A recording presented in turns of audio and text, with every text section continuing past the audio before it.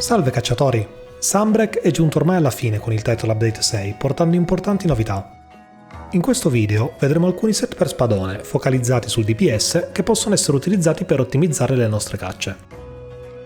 Prima di continuare, è importante fare una premessa per capire meglio la ragione dietro alle scelte di determinate abilità che useremo nelle nostre build. Lo spadone è un'arma che, nel suo playstyle orientato al DPS, quindi usando i counter e la TCS, scala sul danno raw e non sul danno elementale. Non tratterò quindi set elementali che, seppur divertenti, hanno un DPS decisamente inferiore rispetto ai set raw.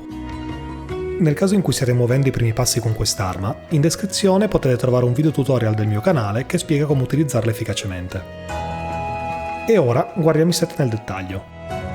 Il primo set, grazie alla sua versatilità, è il set standard da usare nelle vostre cacce, single o multiplayer.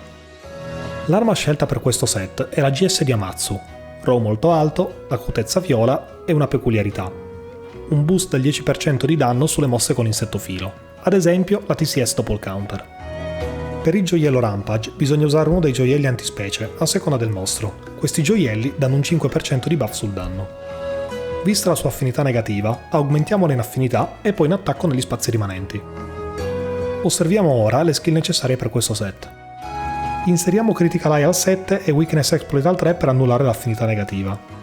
Aggiungiamo Bloodlust all'1 per raggiungere il 100% di affinità quando ci si cura dal suo virus.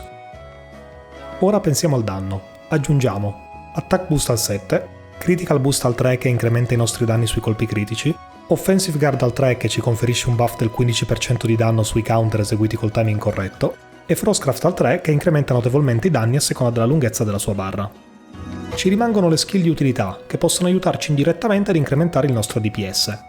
Queste skill sono Wirebug Whisperer al 3, fondamentale per i counter della GS che consumano 2 Wirebug, Stun Resistance al 3, che ha una buona sinergia con i counter della GS rilasciati in ritardo per assorbire più hit senza rimanere stunnati, Focus al livello 2 o 3, che serve per ridurre il tempo per caricare i colpi.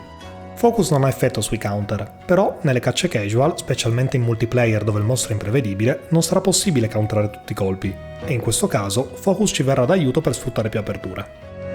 Infine, Blood Rate all'1, che ci permette di recuperare vita colpendo le parti rotte dei mostri. Molto utile sulla GS grazie ai danni elevati della TCS. Una buona sinergia con Blood Rate si può ottenere con Blood Awakening, abilità fornita da alcuni pezzi del Primordial Malzeno che ci permette di incrementare ulteriormente il nostro danno curandoci tramite Blood Rate o Bloodblight. A seconda dei vostri augment sull'armatura e a seconda del talismano è possibile avere abilità utili ma non necessarie per migliorare questo set.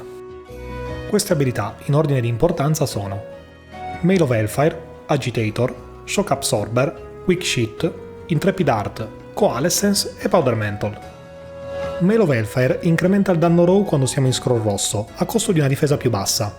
Al 3 è molto difficile da inserire, perché non c'è nessun gioiello, quindi consiglio di inserirlo almeno all'1.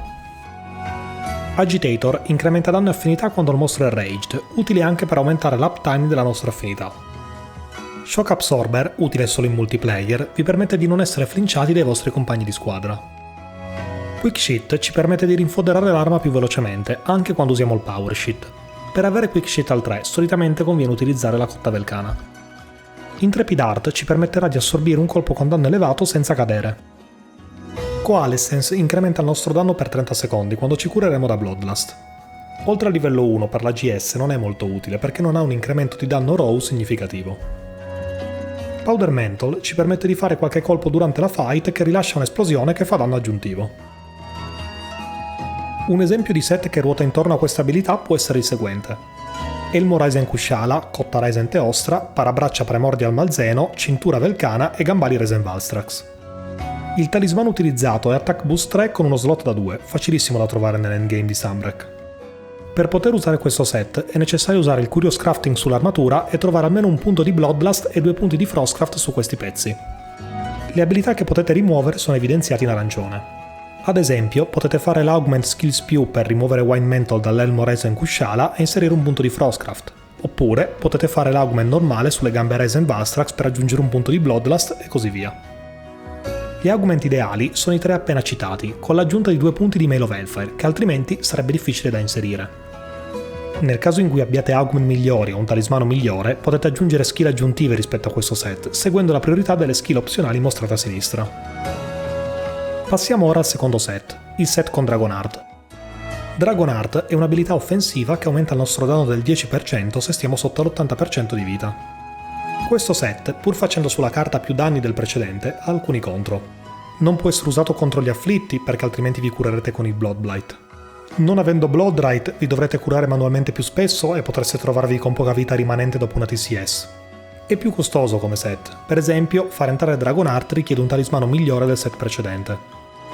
Consiglio questo set in casi limitati, ad esempio contro alcuni mostri endgame non afflitti che fanno molto danno oppure contro i Ryzen. Inoltre lo consiglio esclusivamente se si conosce bene il matchup, preferibilmente quando si gioca in single player.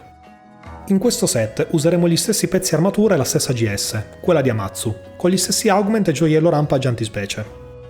Le skill necessarie sono quelle del set precedente, ad esclusione di Bloodright e Blood Awakening, visto che dobbiamo evitare di curarci ad ogni colpo. In aggiunta a queste skill dobbiamo ovviamente avere Dragonheart al 5. Come skill opzionali abbiamo le skill del set precedente, con in aggiunta le Suscitate 3, che ha un'ottima sinergia con Dragonheart, conferendoci un bonus di attacco aggiuntivo quando avremo Dragonheart attivo. Il talismano utilizzato è Dragonheart 4 con uno slot da 2, che si può trovare con non troppe difficoltà usando l'ultima generazione e selezionando Dragonheart come skill. Gli augment necessari sono uguali a quelli del set precedente, con in aggiunta un punto di Dragonheart. Per finire, propongo un set per le persone che odiano il Curious Crafting e l'RNG. Questo set è privo di Curious Crafting sull'armatura e usa come talismano Attack Boost 3 con uno slot da 2, semplici da trovare nell'endgame di Sunbreak. Ovviamente questo set è meno forte dei due set precedenti, ma permette comunque di avere un buon DPS.